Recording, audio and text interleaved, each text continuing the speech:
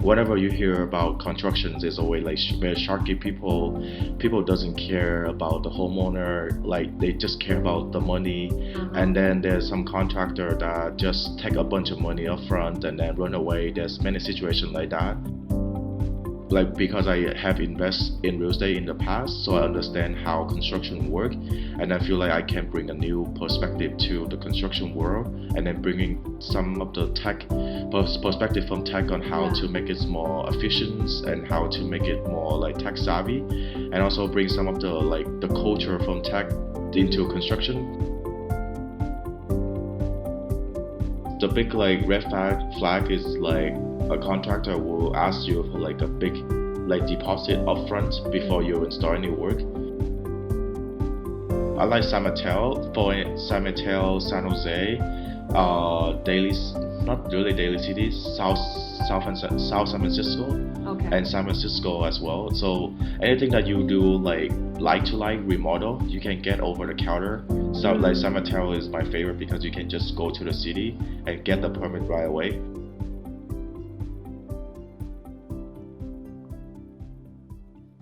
Welcome to Fi Study Room, where we learn and achieve financial independence together.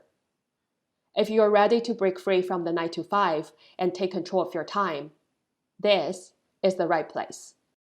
Quick note before we start. This episode is based on my personal experience and learning. It is not financial advice. So be sure to do your own research or talk to a pro if needed.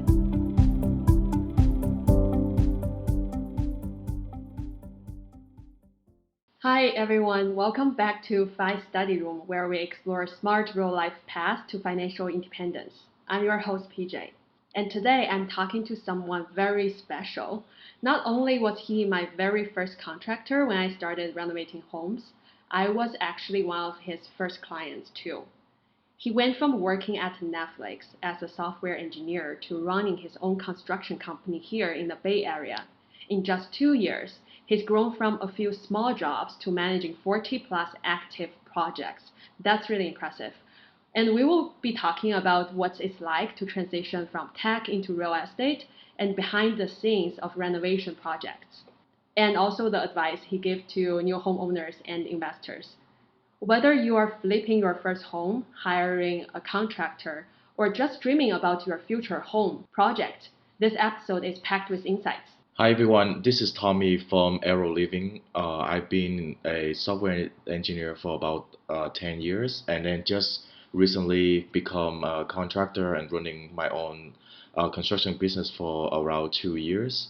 So we are very blessed with a lot of opportunity to making our dream home happen and then have a lot of trust in the process to keep our company running for the past 2 years without stopping doing any slow season. So it's an honor to be on the podcast.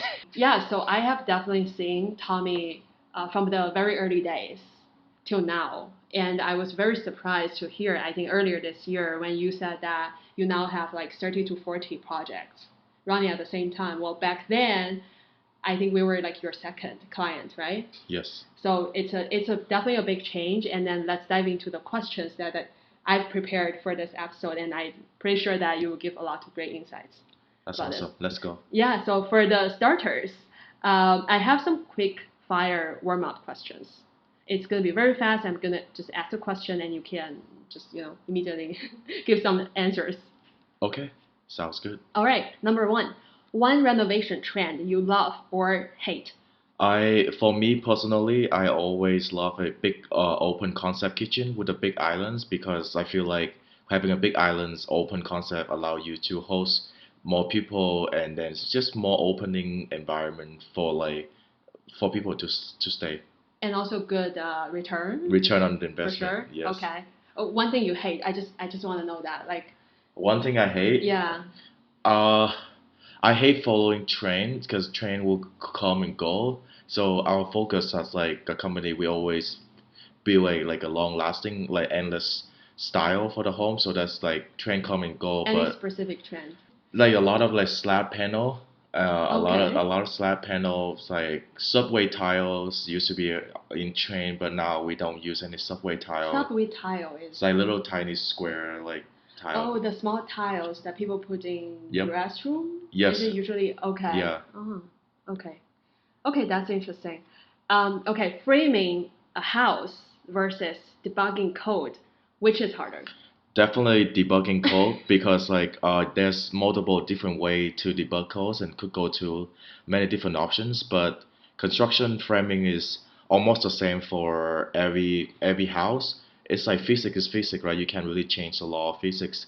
So you just have to have something put up on the header and then something to support it. So it's very straightforward compared to debugging. You have to spend hours figure out like what's the code do. But construction, you I mean, read you the have ChatGPT now. I think even I am not a software engineer. I feel like I can just feed the code and debug it. But framing, I don't know.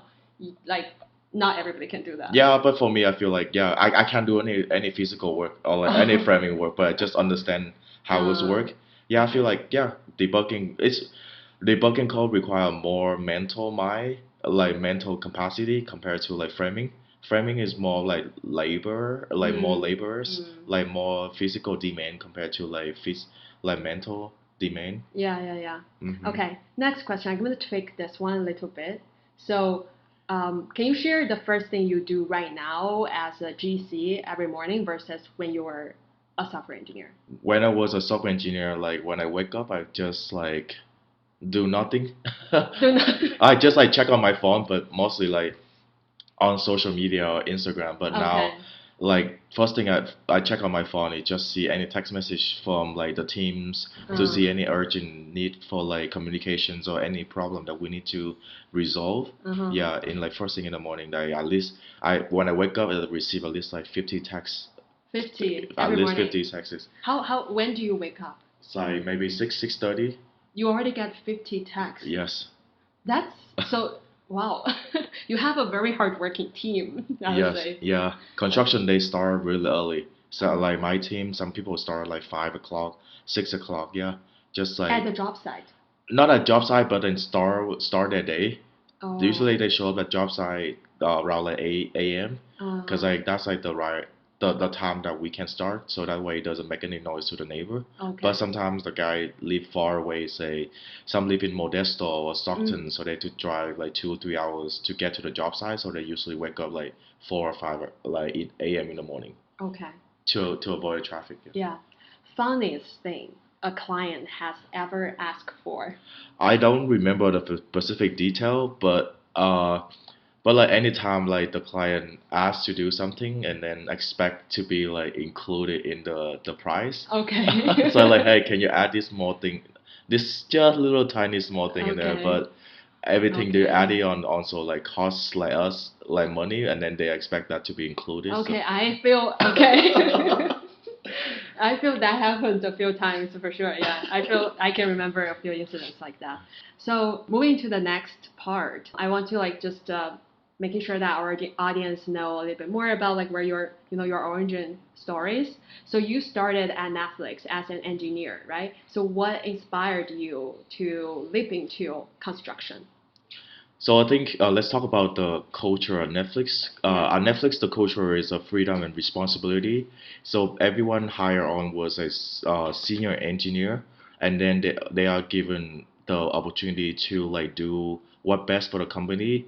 There's no micromanagement, and then everyone expect to do understand what to do. So and then when I start building my construction business out of like necessity to like solve a lot of like bad reputation for in the construction business. Whenever you hear about constructions, there's always like very sharky people. People doesn't care about the homeowner. Like they just care about the money. And then there's some contractor that just take a bunch of money up front and then run away. There's many situations like that. Did that happen to you? It happened to me when I was like investing real estate on the side. Okay. So like I pay a contractor like 50K upfront, and then after a week they just like run away. Say they're not run away, but they asking me for more money while there's no progress made. So I have to like constantly beg the contractor to like actually continue the work. So the projects get delayed, and because the contractor mismanaged the money. Construction is like there's as a problem solver for coming from like having a software engineering background, feel like everything that could be solved, like it's like a problem solving, right? So I feel like I can, Yeah. like, because I have invest in real estate in the past, so I understand how construction work, and I feel like I can bring a new perspective to the construction world, and then bringing some of the tech perspective from tech on how Yeah. to make it more efficient and how to make it more like tech savvy, and also bring some of the like the culture from tech into Mm. construction. Like in tech is like I feel like the employer very like treat the employees really well. Like employees feel like very spoiled. You have like Mm. a lot of good benefit. You are like you have like free lunch. You have a lot of perks. A lot of stuff that allow you to like do your best. But in construction world, it's like complete opposite. Like the the boss or like the GC treat the subcontractor as like really badly. Don't treat them Oh, like a human being. really? You have seen that? Yeah, I seen that. Yep, I see a lot of complaints from like subcontractors saying that yeah, they are not being treated like a human being. They just treat like a clock in the system, you know. So that's why Yeah. like we just want to Mm. change that perspective. That's why we pay our contractor a pretty fair amount, and then Yeah. also like host like events to kind of like kid team gathering, and also buy them food, lunch, then beers. Oh, Yeah, oh yeah. I have so many questions. So much more than what we have on this yeah. list. How did you make the first project happen? I mean, it's just like I feel for the very first project is I feel very imposter syndromes. Okay. Even before that, like I already built, like I already like my personal investment. I did all the stuff that I did for my client projects, like building the house from the ground up. Like we built an ADU from the ground up, Okay. You and do build. yeah, like my team, like people I gather. Like I don't Okay. build it, but like a contractor I hire. Like I have Oh, experience building that, right? And also okay. do additions. So we did. So my son was a project like investment. We Uh-huh. did like 700 square feet addition. We tear the whole second floor down, rebuild from the ground up, Yeah. and then gutted the entire house, and then renovate everything inside out.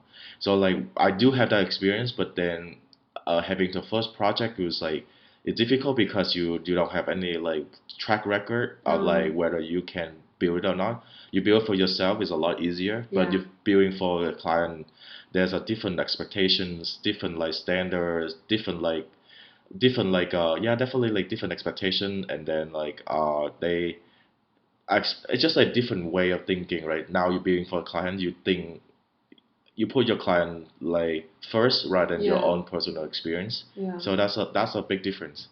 Yeah, getting our first project was like difficult because like we went to on like Facebook group to like Mm-hmm. anyone that looking for a job, we just reach out, Oh, hey, you will reach out to them yeah, just and reach out then to them, okay. yep, and then go to the job site after job sites, at least like 20 30 like job site before we hit anyone. Oh, Yeah, okay. it Wow. was tough because you don't have anything to show, you don't have social media, you don't have a website. Right. Yeah, Yeah. That's definitely tough. So at that time, were you already like, did you already leave Netflix?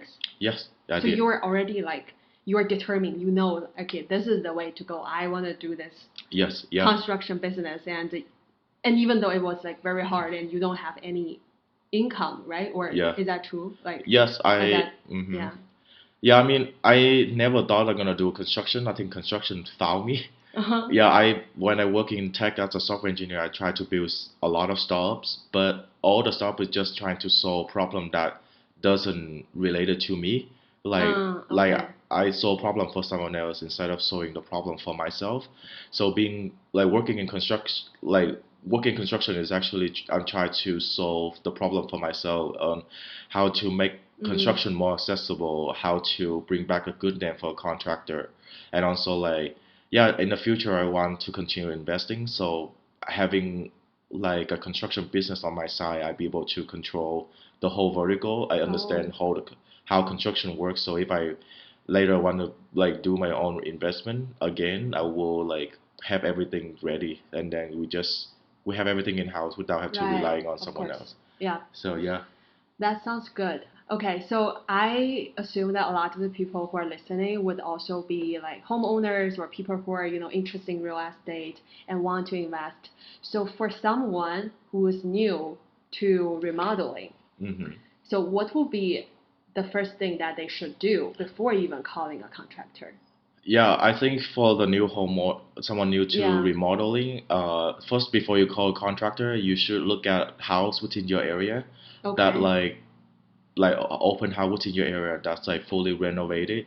Check on like few houses that not like renovated at all, so can see what does feel like to like what so I can understand what's your style that you like, Mm. cause cause there's like also different house have different style, right? You can really put like a modern home in like a farmhouse. Like if Mm. the house looks like a ranch style, you can really put like a modern style into it. You have to put something that mid-century so can match with like the vibe of the house that give it to you. Okay. Yeah, so go around the neighborhood or like check out on the house to see how it's feel, what you like, take notes on what you like, what you don't like about the Uh-huh. house, so kind of like see how you can implement in your own house. Okay. So now, like, let's say I already do that, right? I have a general Mm-hmm. high level idea of what I want, what I like, what style, I have in my mind. Mm-hmm. Then that's when I can just call a contractor. Yeah. And then, would that be too early? I feel like you don't need to get a design or at least ready. Then you will, have the contractor. Then like will be able to give you a quote or have something Yeah, I for mean, them to give feedback for. yeah, I mean, you get a designer would be helpful, but like that's a different way of the contractor will do, right? It's like a lot of contractors just do the construction, but for us, it's like we try to provide value, so we also Uh, like design provide suggestions on how design certain things. Like okay. like for example, like when we first met, right? Yeah. Like before we even sign contract, we like I help you with a mold and then design the whole house. So we Yeah. spend hours make sure like the house was well designed Uh, before you yeah. even like before you even sign a contract. You're right. Yeah. I know that's what I really like. That's what I really appreciate. Like in terms of that experience, but I feel like in general, should we expect that from contractor? And like, I don't know. Not really. I don't think a lot of contractor But that's have. like maybe one special, like different Yeah, that's our thing like a about unique you. strength, unique selling point from Okay. us is that we offer design services because I feel just like you can look at like an iPhone, an Apple product, right, and also a Tesla. They Mm. have the focus on design, so Mm. that's why like people look at it and they love it, love the products right away, and then they continue word of mouth and then continue selling, help kind of free marketing for like the Apple and Tesla, right? There's a lot of people love Apple and there are a lot of people who love Yeah. Tesla, right? So that's why we want to bring that aspect on like design focus first on every home. Because like a lot of contractor or like homeowner, they just want to do the renovation, but forgot about like how to make the home, like not just like put Mm. all the bells and whistles on there, but how we can really design a well Yeah. functional home. Yeah, yeah, for sure. Hmm. Okay, I think this is like one step further for like not only looking for someone who can do the work, just based on what you tell them, but more like bring the contractor in at the starting point. Yeah. So when you are thinking about designing it, bring in the contractor and then start discussing. Anyone listening is interested, then like that's the once you have a rough idea, that's the time to call Tommy to get into the design conversations. A lot of the questions that I heard from people are, especially for someone who's new Hmm. to remodeling or renovation, dude, there are so many contractors right now in the Bay Area. Hmm. And how to interview contractors and what are some of the signs of a great versus problematic contractor? There's like even like the good contractor can be bad as well. We're not perfect.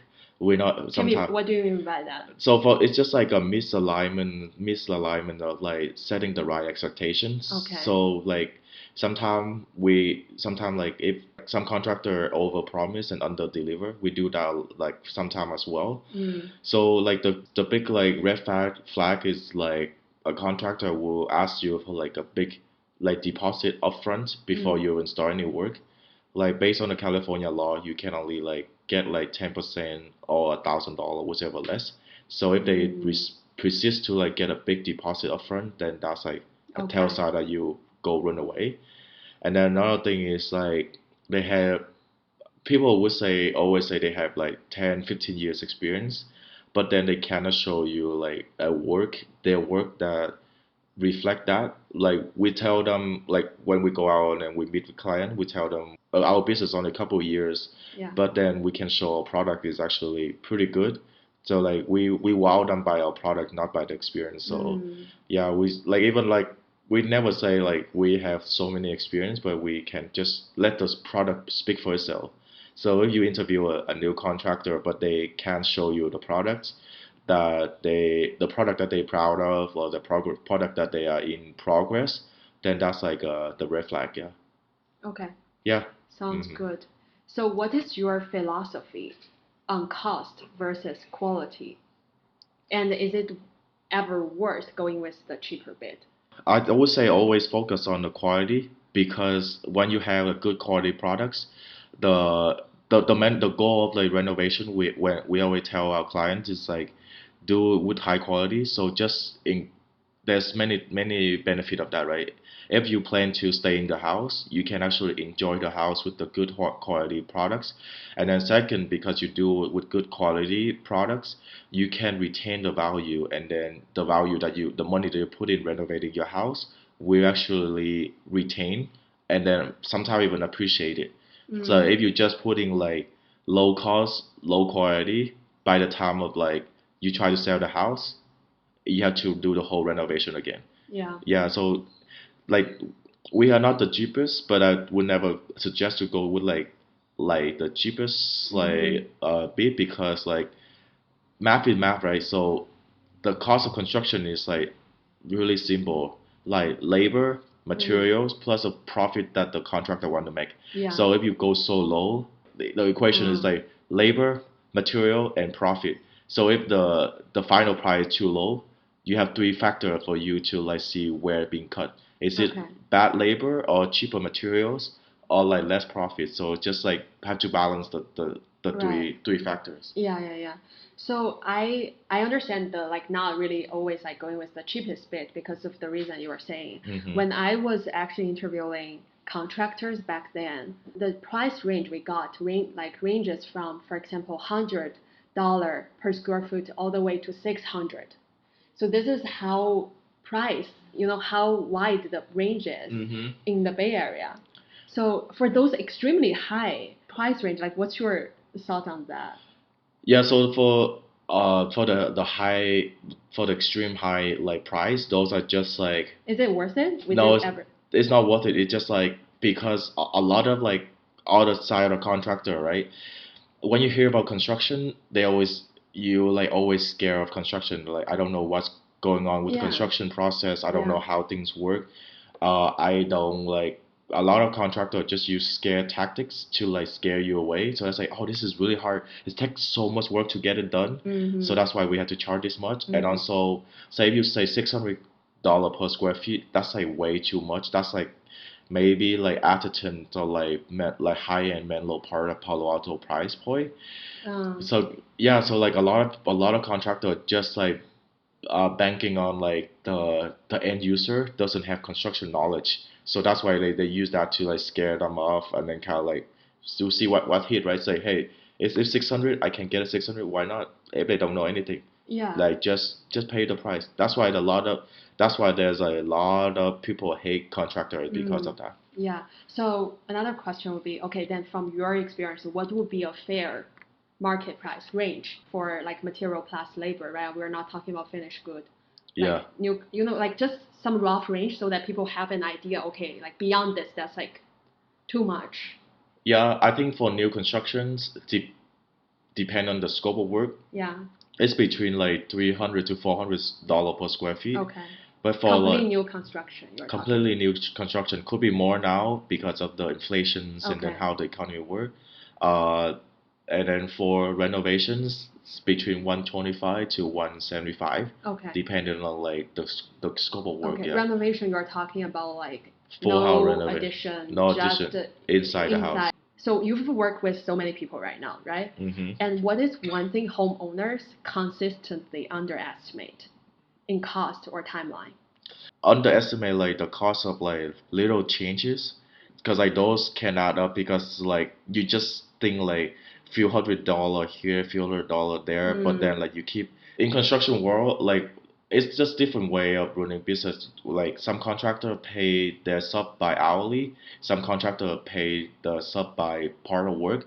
So say, hey, when we first start a project, we the scope of work is doing like replumbing the entire house, and then we Mm. already did that, right? And then when we're done with that, the subcontractor get paid for that aspect. Yeah. And then after they're done, you want to add more stuff into it, then Additional. there's gonna be additional costs. And then like just a lot of like little details that we you can really account for, like on the general perspective, right? So when the house is before the demo, before they putting back the little like the detail for the house, you can really estimate that. But those are the things that you see like when you start working in the project. So hey, I want to add this, I want to add that, I want to Yeah. make the house like more detailed. That can add up a lot.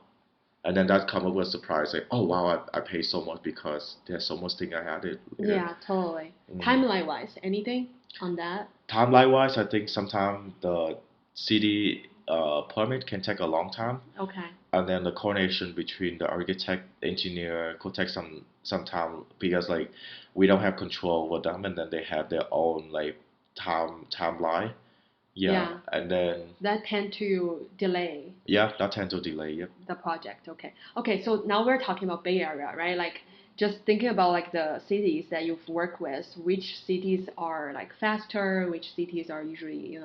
I like San Mateo, San Mateo, San Jose, Daily, not really Daily cities, South San Francisco, Okay. and San Francisco as well. So anything that you do like to like remodel, you can get over the counter. So like Mm. San Mateo is my favorite because you can just go to the city and get the permit right away. Mm. San Francisco, South City, you can apply online and you can get the permit like instantly. San Francisco, they sound scary, but they have like a lot of staff like to support you. So you can Mm. just walk into the city and then submit the city. You can do like a full basement conversion to living space within Yeah. like couple weeks. Yeah. So you get the permit within a couple of weeks. Yes. Okay. Yeah. I usually when I work with the cities, like I get a range of I don't know 4 weeks to 2 months. It's like a very wide range. Yeah. Yeah. City like some city are very slow, some Yeah. city are very fast. Like Daily City like is very slow. They Mm. don't have a like good system. So like a permit that we have sometimes take like 3 to 4 months without like any feedback from 3 or 4 months. 3 or 4 months. Yeah. My goodness. Yeah. How about San Jose? San Jose is good. They are quick. They have a lot of people, but still, I think they consider like the second fastest. Yeah. Okay, that's good. Yeah. All right, this wraps up the first half of our conversation with Tommy. From jumping ship from tech to launching his construction company to what it really takes to win the trust of those early clients. It's been inspiring to hear how he built a strong foundation, both literally and professionally. Tommy shared lots of great advice for new homeowners or investors on what you need to be ready with before contacting a contractor, how to interview contractors, and a fair market price for Bay Area construction, which Bay Area cities process permits faster than the others. In the next part, in part two, we will dip deeper into the realities of scaling, client horror stories, cost saving design tricks, and advice for first time renovators. So make sure to hit follow or subscribe. You won't want to miss the second half. Thanks for tuning into the Five Study Room, and I will see you back here soon enough.